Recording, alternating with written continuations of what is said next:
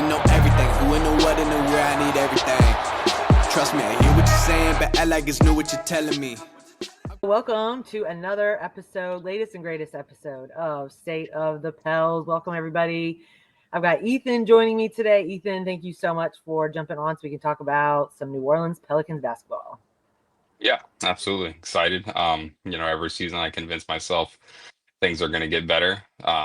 Just have to convince myself that of this year again, and we'll be there. But Zion looks good. I know we've all seen him in those draft day stuff and lottery stuff. He looks really healthy. I don't necessarily know if I want him to be too skinny. I'd like him to still be able to push guys around, but he looks healthy, which I think is the biggest thing. He's happy, smiling, healthy, present in the off season, which is something I think is a really good thing to see with Zion. Yeah, he does look really good, and I think having him at the lottery, the face of it, I think that was very telling that he's not going anywhere. And I think one thing that's important to note is that yes, he was listed as out for the last several games of the season, but he wasn't actually hurt. We were preserving a healthy Zion, and we needed to hopefully get a better draft pick, which we still didn't really get anything out of it. But I think that was really telling, and he looks fantastic. He looked great at the end of last season. He was playing great, healthy, in shape. I mean, that was a Zion that we've all been waiting to see. And then having him there at the draft lottery, that was, obviously, because there were rumors going around, is Willie Green out of here? What are we trading Zion? No, Zion's not going anywhere.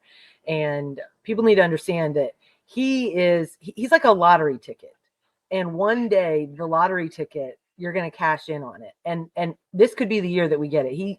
We're not going to risk losing out on that opportunity, as far as I can tell. And I've had some people come up to me this week and ask me, what about the rumors with, Giannis, and is he will we maybe trade for him? And no, if we could get Giannis, that'd be incredible, but we're not trading Zion for it.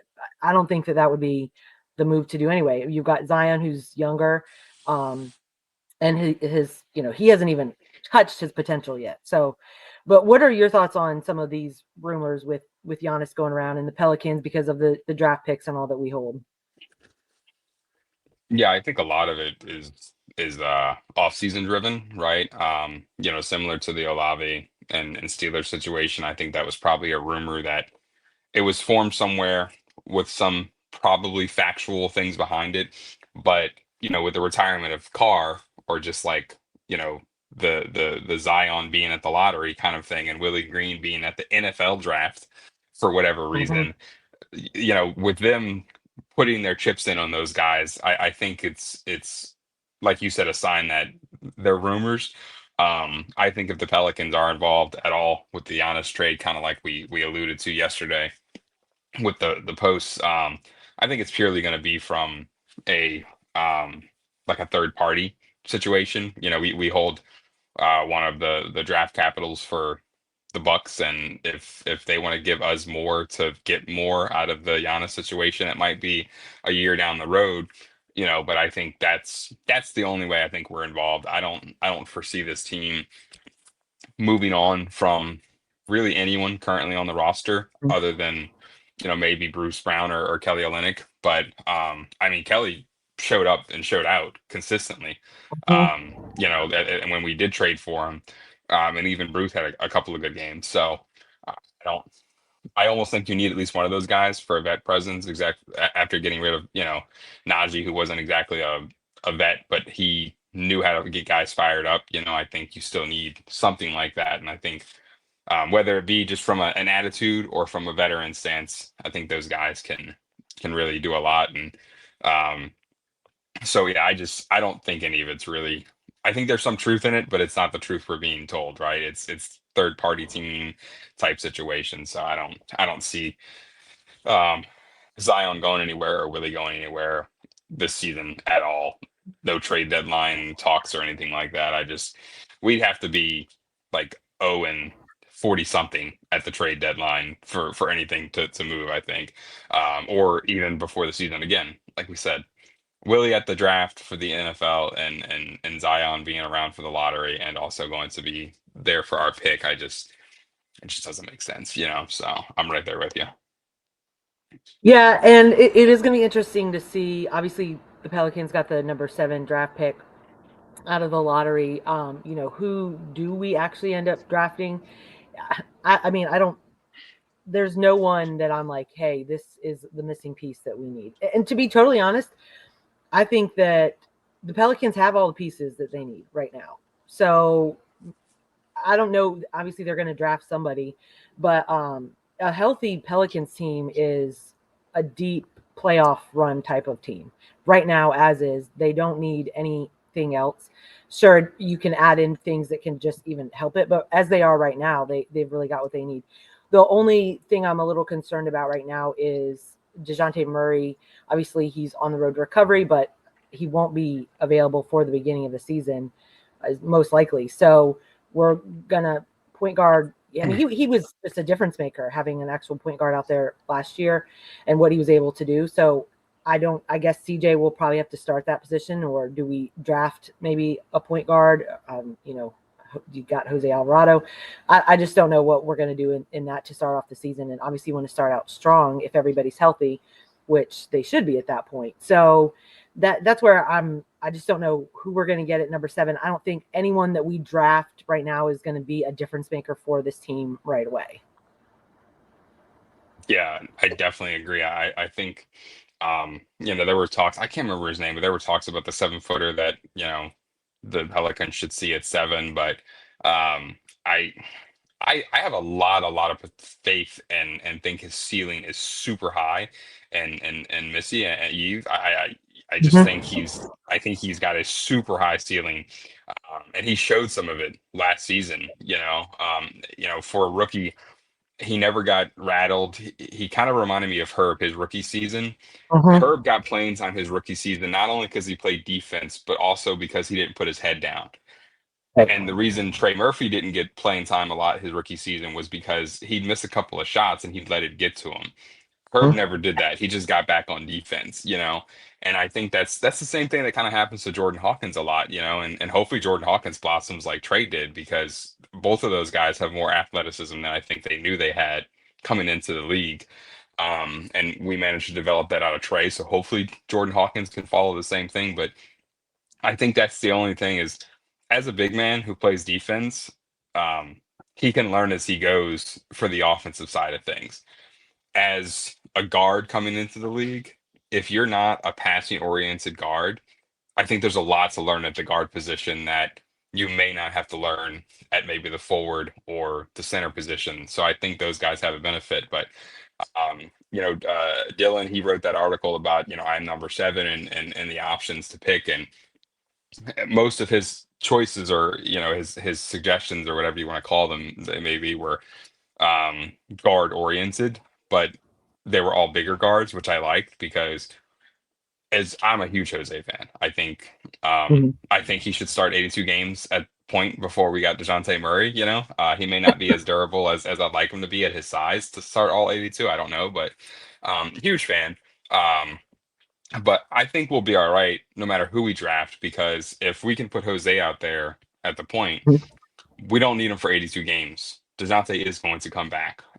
And you could even then start working DeJounte back into the fold with a ramp up of minutes, and Jose could then ramp down his minutes. So I think we'll be fine at guard, but I think that's where we need to go, because I think Jordan Hawkins has shown that he is immensely talented, but he's not exactly going to be a ball handler. In the summer league last year, Mm-hmm. a lot of people were shocked that he was there, but I think the Pelicans wanted to see his point potential, in more of a Steph Curry role than a CJ McCollum role. But I think after Right. seeing it, he's probably more of a CJ McCollum. He can play the one, but he's better off being a spot type shooter, go around the Mm-hmm. pick, get open, pull up and shoot kind of guy.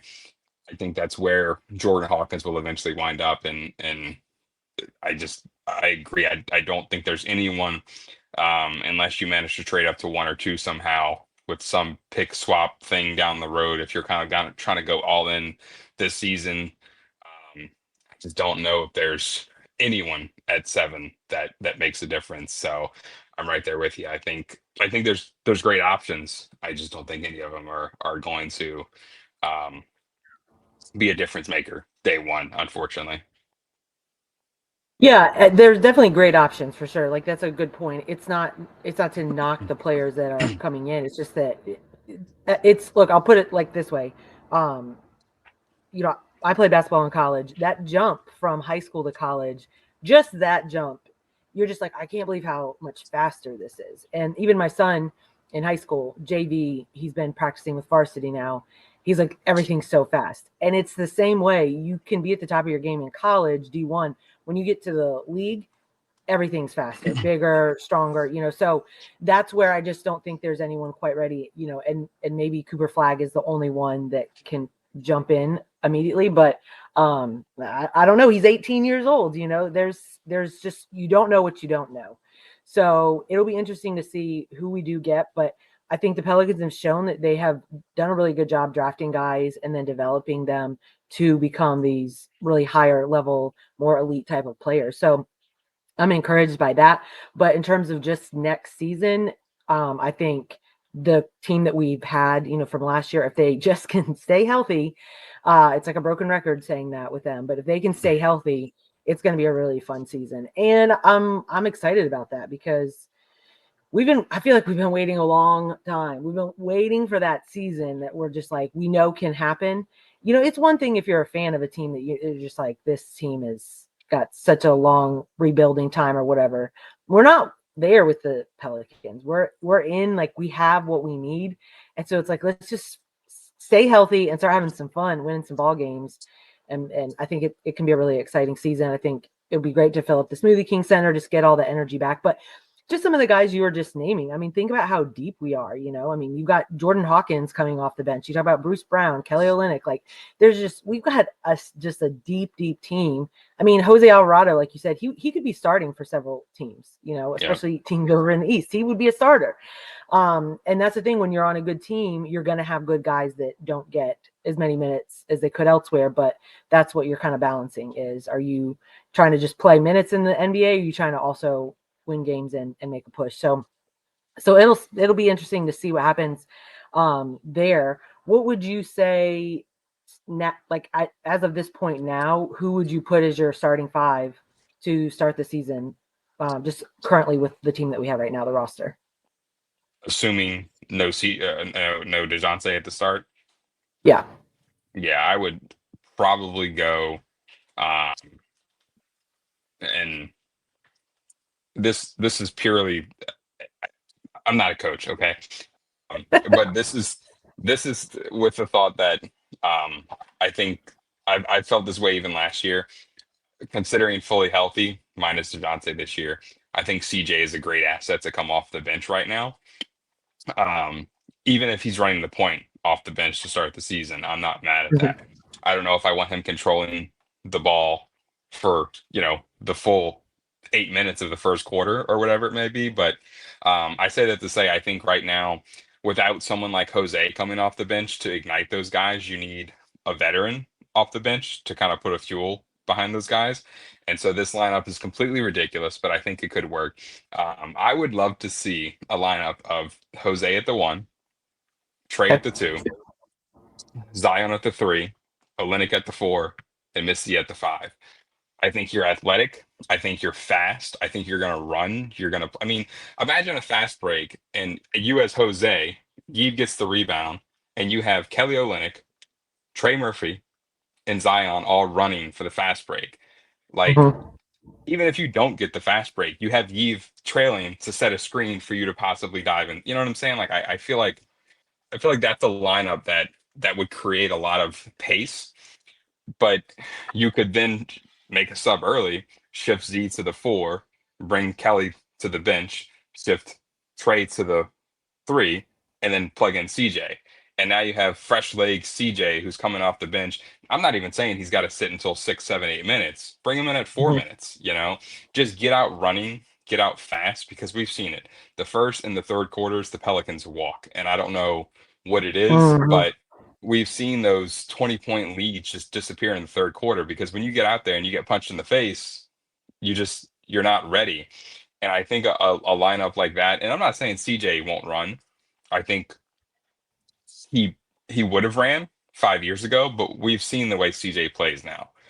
Yeah. I hate to say it, but he doesn't go inside the 3-point line until probably 8 or 9 seconds after he crosses the half court line. So if we don't get that ball past the half court line until 17, 18 seconds, we're not getting inside anywhere close to the paint until 6 seconds left. And then those guys are just left to make a decision or take a three. I just feel like the league is dominated by 3-point shooting. That's no surprise. But even if you push the pace fast and Zion and uh, Olynyk, crash the paint to try and draw the defense in, you would still then have Trey to shoot, or whenever CJ gets plugged in early in the quarter, then you have Trey and CJ to shoot, and you still have Zion, crashing the paint, trying to draw some attention. And he is going to draw attention. There's no Yeah. surprise there, So I just feel like if you get Zion and Trey running down the court, you have a great option. They're either going to gravitate to Trey or they're going to crash in towards Z. And the next thing you know, Trey's going to be wide open, for a corner three, which is free throw for him some nights, Yeah. So that's the lineup I think I would start the season with. You're going to run fast. You're going to run often. And I think you need to find a way to start games and quarters fast because that's something the Pelicans do not do well. Again, displayed by the third quarter woes that we've seen for this team, probably the Yeah. last 3 years. But the third quarter monster is not one that's been kind to us. But um, what's your starting five if the season starts tomorrow?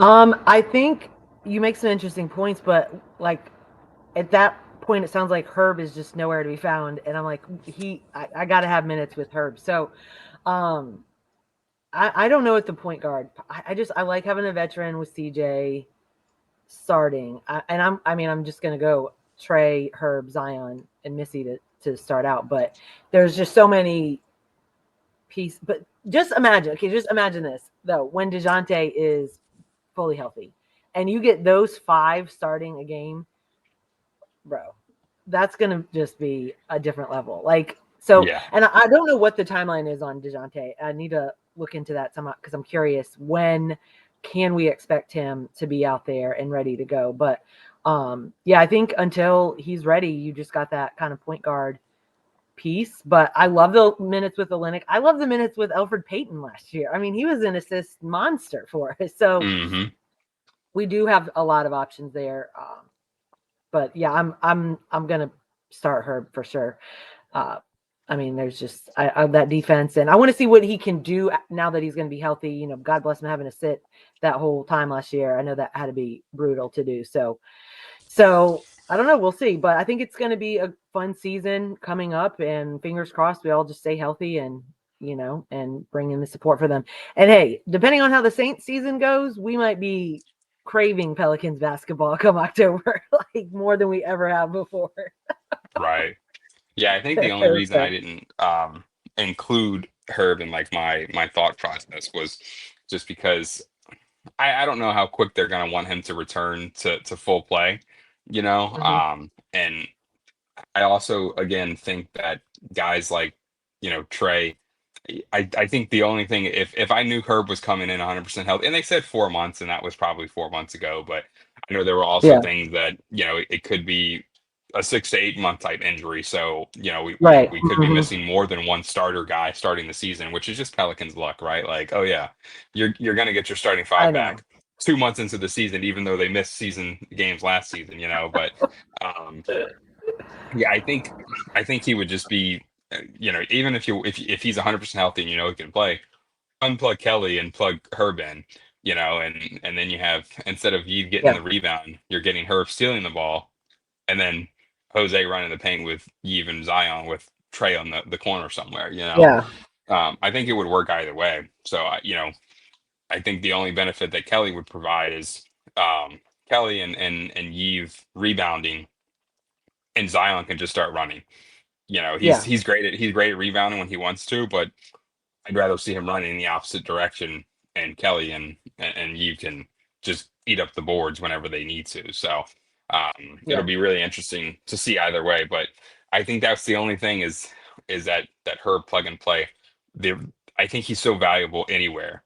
If again if you put the starters out there and you got Jose hounding someone like Steph Curry for 4 minutes, and then you put someone like Right. Herb out there, then he's going to have Jose hounding him and a fresh Herb running around in the passing lanes Yeah. as well, you know? So I think and I also think you could tell Herb, same thing you tell DeJounte, we're going to ramp you up, right?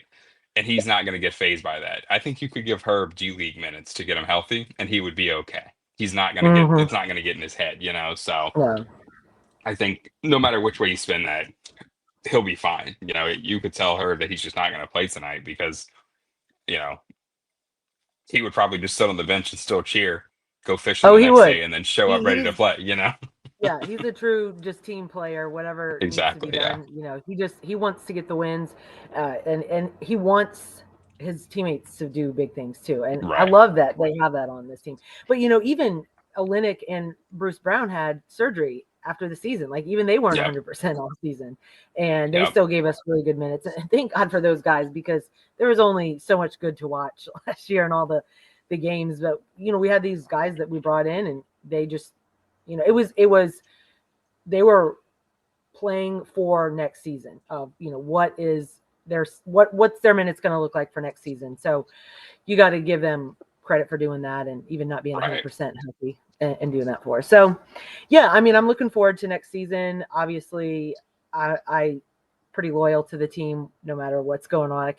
I don't miss a game, but I know we have the potential to be a really fun team, exciting team where you're planning your days around what time does the game come on. So, well, I think that's probably it for today, Ethen. I appreciate you joining me so we can chit chat and go over some Pelicans information and what we have to look forward to. I think it's gonna be fun. So, thank you, and you're welcome anytime. I love having you part of the show. Yeah, absolutely. I think I'll be a little more active this season, you know, with everything moving around. So, but yeah, you know, happy to be here. I always remind everybody the links down there in the little border, whatever you want to call it, the no.com. Um, be on the lookout because I mean, we do these episodes pretty often during the season.